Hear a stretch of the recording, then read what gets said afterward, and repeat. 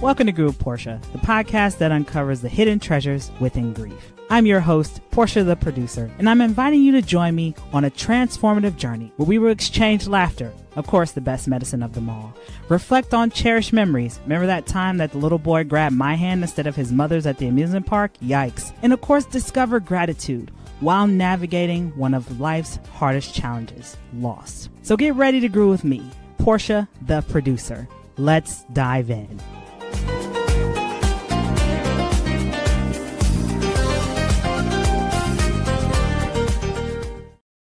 Why, hello everyone, and welcome back to Groove with Portia.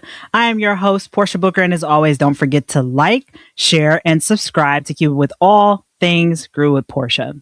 So today's episode, we're going to be focusing on something that has become very popular in our society today, which is medical aid in dying, but also dying with dignity. And today I'm going to be joined by a very special individual. Shout out to Mr. Dave Roberts for the introduction, to Miss Erica Baccus, who's going to share her story about her and her husband's journey, John, as he made his transition from this earth. So welcome to Groove Portia, Miss Erica Baccus. Erica, it's an honor to have you. Well, thank you, Portia. It's great to be here. Erica, before we dive into your journey with John as he made his transition from this earth, who was John and what do you want people to remember about him, Erica? See this big smile every time somebody wants me to talk about John, I light up. John was, well, first of all, he was the love of my life. We were married for 41 years. But he was one of those guys, when he walked into a room, everybody knew he was there, and not in a bad way. It's because he brought so much joy along with him. He was kind and he was funnier than heck. He had a laugh that was just sort of a signature laugh. You could hear him down the hallway and not see him, and you would know, oh, there's John Baccus. Kids and animals were always in his lap. They always gravitated towards John. He was generous with his time. He was generous with his love. He was so creative, and he built a train in our garage. He was a great gardener, and I had tomatoes and fruits and vegetables all the time when he was gardening in the backyard. And he was just the sweetest, kindest, gentlest big teddy bear. Everybody called him a big teddy bear. And so that's a little bit about him. And he had a very strong opinion of whatever he had an opinion of. He had a strong opinion. So. Well, Erica, thank you for sharing that about him. I mean, I'm just thinking about as we're kids, right? And we see the giant teddy bears in the store and we want to run and give it a big hug and sit with it. I remember when my dad was still around, we used to go to this amusement park, those of you who are in Ohio, called Geauga Lake, which later became Six Flags. And I remember my dad was like a wizard, Erica, when it came to the amusement park games, you know, the ones that you throw a little ball or the ring or the hammer thing. Well, my dad won this. I'm not kidding. It was like a 5 feet tall Bugs Bunny stuffed animal. I mean, it was huge. I think we threw it out maybe 10 years ago because it just crumpled to pieces. But that thing was huge. We had to like fold it to get it into the back seat. And that's what it makes me think of with John, that he was that comfort for so many people, for animals, you know, how his brain worked as far as building a whole train. I mean, did this train, could people actually ride in it like the ones in the mall or? Tiny little train cars. Okay. But the crazy thing was, so we live in what we call a flat in San Francisco, and we have half a garage. And he built a platform, and underneath the platform, he built all the circuitry to make the train run. And then on top of the platform, he built a little city that was modeled after Truckee, California. That's where Squaw Valley is and Alpine Meadows is. So he built this town that looked just like the town where we ski. And then he put this platform on, a pulley system. So it sat above the car that was parked in the garage. So when he wanted to work on his train, you moved the car out and you pulled the pulley down. And when he was done, the pulley went back up. And it's no longer filled with the town and the trains, but the pulley and the platform are still above my car. Wow. I mean, literally, John was a Renaissance man. Oh, I mean, yeah, he was incredible. And I used to say to him, how do you know how to do all this? He didn't have an engineering degree, but he was basically an engineering brain. And he says, I don't know, I just know how to do it. Yeah. I really miss, so many times I say, God, John, I need you right now because, I'm knocking on doors of my neighbors now. Can you help me, put my new cartridge in the printer? aw. Yeah, I mean, literally, Erica, I mean, when I think about just what you shared about John, his brain, his adventurous spirit, Mr. Fix It. That's how my boyfriend is. My boyfriend and my uncle are Mr. Fix It. And I think it's that like generation, they learned how to do stuff from working on cars, fixing things in the house. And Yeah.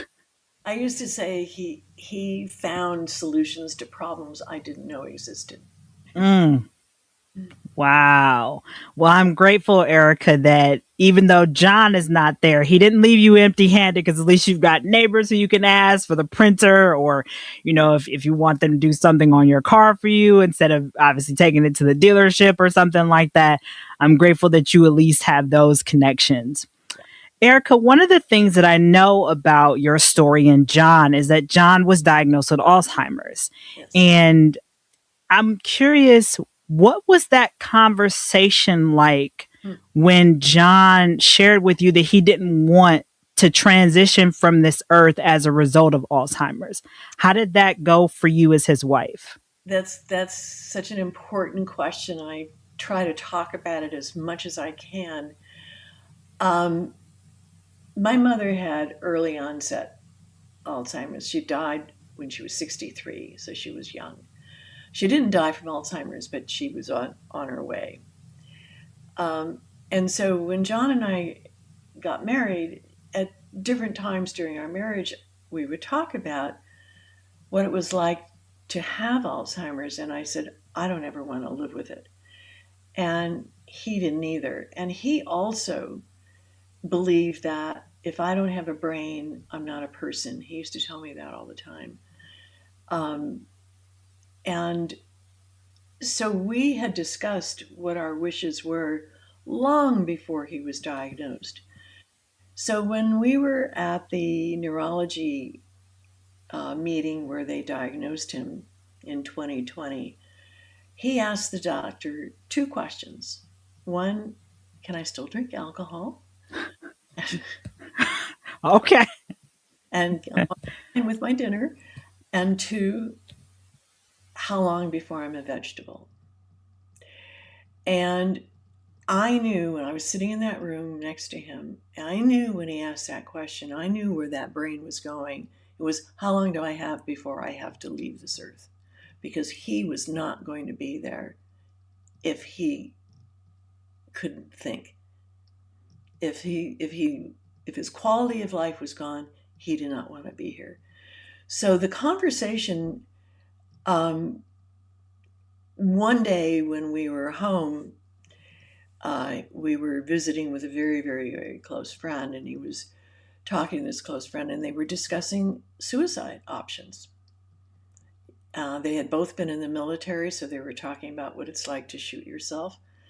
And they came to the conclusion, when you're healthy, when you're not emotionally depressed or where you're not, it's really hard to kill yourself. And he basically said, if you're going to shoot yourself, you have to put the gun in your mouth. Anyhow, I went through sitting there listening for an hour or two of going through all kinds of methods of suicide, including jumping off the Golden Gate Bridge. And we wound up at the end of that conversation with, shoot, I can't figure it out. I don't know what I'm going to do. And so I knew how serious he was about this. I mean, it's very weird to sit there and listen to your husband try to figure out suicide when you know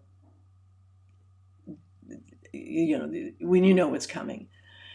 And the thing about Alzheimer's is there's no hope. You're not going to get better. You're only going to get worse. So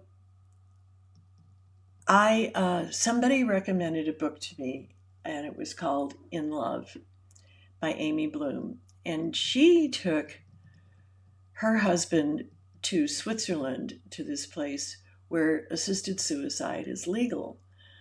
And I read that book. She did all this research. She did all the research so I didn't have to do it. And that's how she found Dignitas in Switzerland. And so after I read the book, I said, this is what we need. And because it's not legal to do this in the United States, and I can explain why. But so the conversation it took me 3 weeks to tell John that I had found this place. And I said, I have to tell you something. Finally. At first I didn't want to tell him because if he was in a bad day, he wasn't going to be able to process the information. If he was having a good day, I didn't want to ruin it. And thirdly, I didn't want to do it. I didn't want to talk about it. I didn't want to do it. So after 3 weeks, I finally said, honey, I think I have something that you would want. And I told him what the book said, and I told him the general idea. And so this is 2 years after diagnosis. And he said, all right, let's do it. He asked me a few questions, and after I answered the questions, he said, let's do it. And that was the discussion. And Erica, I mean, when I think about John's curiosity still sitting in the doctor's office, like, hey, how long before I'm a vegetable? Right. And then you finding this book after all the different ideas that you couldn't come up with. Right. And as you mentioned, when you're mentally competent and you're in a good headspace, it's hard for you to think of ending your own life. When you're in that headspace of life is terrible, I need an exit out of this situation, it's easier. Right. And I'm curious, Erica, for our audience, can you share with us what John's transition day was like? And also, what is something that stood out for you on that day? So what you should know is he was diagnosed in 2020. I sort of thought there was something wrong with him in 2017. But he was functioning fine, so I left it alone. But I saw signs. And in 2020, he was starting to not hold new data. And so as the years passed, he got worse and he got worse.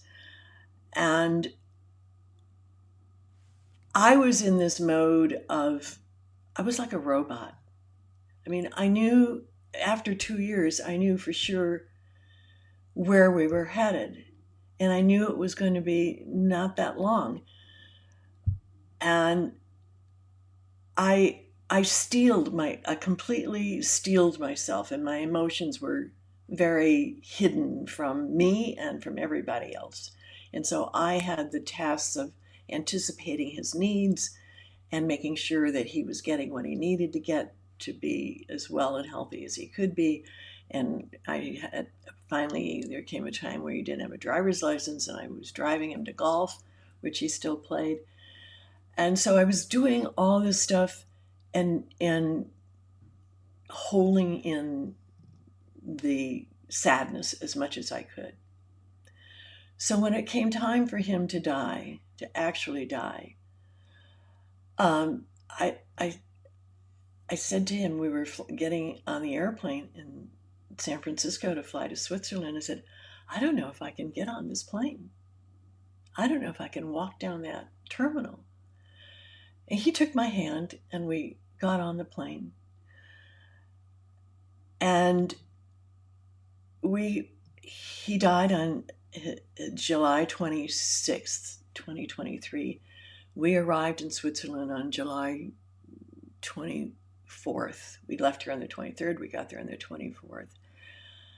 And we had to go early because he had to meet with a psychiatrist who was going to check out his mental competency one last time. And the night before he died, he went to sleep, and we were cuddled up, we were spooned, and I wanted to talk to him, and he was sound asleep. And I thought, how does someone go to sleep like that when you're going to die the next day? And I think, because I couldn't sleep, and I think that the disease by that point had something to do with his brain capacity. And I mean, I know it had something to do with his brain capacity, but I think that affected his behavior as well. And I also think that John was ready to die. I think he was done suffering, and he was suffering. And I think he was just ready for it. And that's probably why he could sleep so well.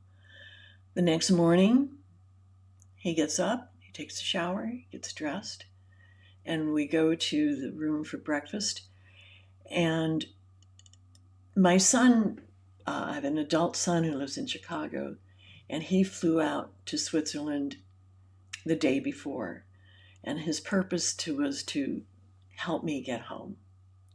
And I was going home with him to Chicago, not back to San Francisco.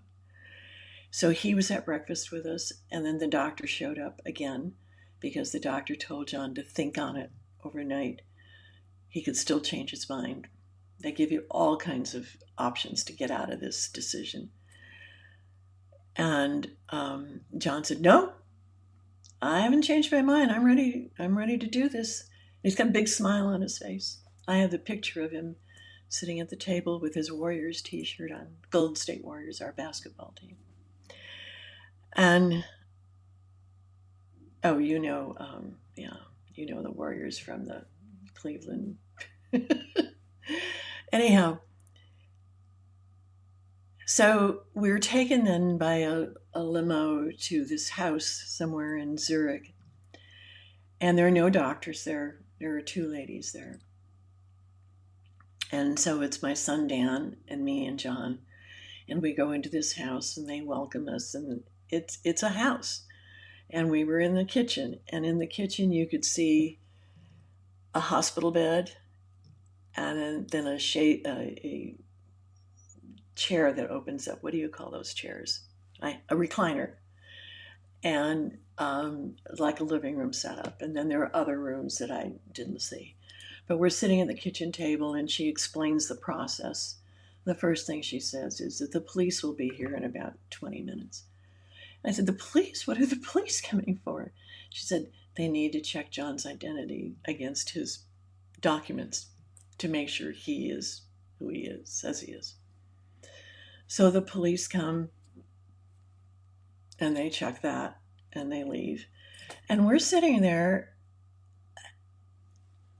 chit-chatting. I don't remember what we talked about. I can see the whole scene. It's 3 years now. It's burned into my brain, but I have no idea what we talked about. And then she tells you that you take a medicine that is going to stop you from vomiting up the medicine that's going to make you die.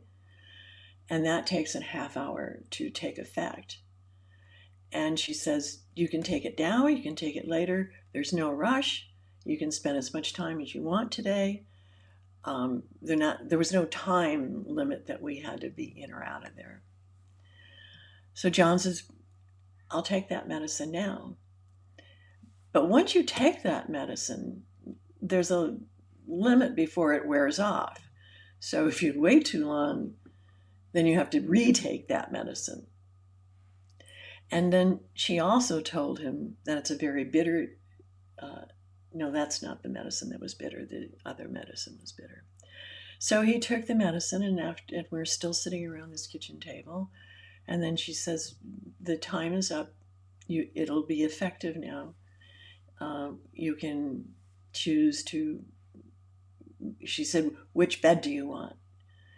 And I said, well, we're going to spoon. I said, I want to be in bed with him. We're going to cuddle. And she said, well, then take the hospital bed. So we went to the hospital bed because he said he wanted to do it now. And my son went to another room somewhere where I didn't see. And John and I are in this bed together. And she says, the medicine is very bitter. And she said, I have Swiss chocolates here. And you can have some Swiss chocolate if you want to take away the taste of the medicine. And what he drank was 5 times the lethal dose of pentobarbital. 5 times the lethal dose. So John says to me, he's got a little cup in his hand, and he says, shall I drink it now? And I shrugged my shoulders. That shrugging of my shoulders was one of the things that I have been asking myself about for 3 years. Wasn't there something more meaningful I could do besides shrug my shoulders? After 41 years of marriage, I shrugged my shoulders. So I'll give you an answer to that in a minute. So he decided to drink it. He took 1 sip and he said, oh my God, this is the worst tasting thing I've ever had. Is this the last thing I'm going to have before I die? And the lady says, I told you I have Swiss chocolates here. And so he grabs a handful of chocolate and stuffs it in his mouth. I mean, his sense of humor was there until the very, very last thing of his life. And he ate the chocolate and he drank the pentobarbital. And he laid down with his arms around me and we were cuddled up. Under 3 minutes, under 5 minutes, I felt his arm drop out from underneath me. And I turned and looked at him. And he looked like he was asleep. So I put my hand on his heart. And then I put my hand on his wrist and looked for a pulse. I didn't feel any heart beating. I didn't feel any pulse. And I turned to the lady and I said, is he dead? And she said, yes. I said, well, we have to make sure. Do you have a stethoscope? She says, there are no stethoscopes here. And I said, well, I have to be sure. She said, Erica, he had 5 times the lethal dose of pentobarbital. He's gone. And I said, I'm not leaving here until I have some medical that I know he's dead. She said, well, I have a pen light. You can look at his eyes. And I thought, okay, I can do that. So I looked at his eyes and they didn't move. I put the light in his eyes and they didn't move. And in the meantime, his skin was changing colors all that fast. And his hands started to be cold to me. So I'm still sitting by his bedside holding his hand when my son came in. And he stopped abruptly at the end of the bed at a distance from us. And he said, Mom, that's not John. That doesn't look like John. Which to me is like, there's so many different spiritual things you can think at this point. And we confirmed that he had passed. And we had a flight to Chicago that we needed to make. It was getting late in the afternoon. And so they called a car for us. And my son and I walked out of there and got in the car and went to the airport, which is a whole other story. And now I started to fall apart. I had kept it together for years. And I completely fell apart. My body fell apart. I couldn't walk down the terminal. I had to keep stopping, and my son would turn around and say, "What's wrong with you?" So I can't move. I can't walk. I fell asleep. I would sit down in a chair. He went to get water and Snickers bars. When he came back, I was sound asleep in the airport. That was the beginning of my falling apart.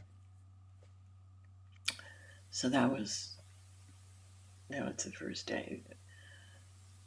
That was it. Erica, first of all, lots of love to you. Thank you so much for sharing such a hard decision for both of you. You, as his wife, supporting him on this journey, even though both of you were transparent about your wishes, still at the end of the road, it still was a challenge. It still hit you. Oh, throughout the 2 years, well, to 2022, I guess it was close to 2 years that I knew he was going to go to Switzerland. You have to go through a huge it took me 7 months to document all the papers that they needed to have and do all the medical tests and everything that they needed. It took me 7 months to do that. Throughout that whole time, John would say to me, "Are you okay with this? Are you okay with this?" And I would say, "John, this is your life. You get to choose what to do with your life. I'll be okay." And I meant every single word of it. But it's so much harder to do than it is to say. Mm-hmm. It's just, a lot of people say things that they're going to do and they don't do them. But this was my gift to him. And yeah, it was my love for him that allowed me to go through with it. and you kept that promise to him no matter what. And yes, and I wrote a book my first year, and it's called A Promise Kept. And Erica, for our audience, before we continue with the rest of the conversation, if they're interested, obviously, in connecting with you, getting a copy of your book, A Promise Kept, how can our audience connect with you, Erica? Well, first of all, there are many books on Amazon called A Promise Kept.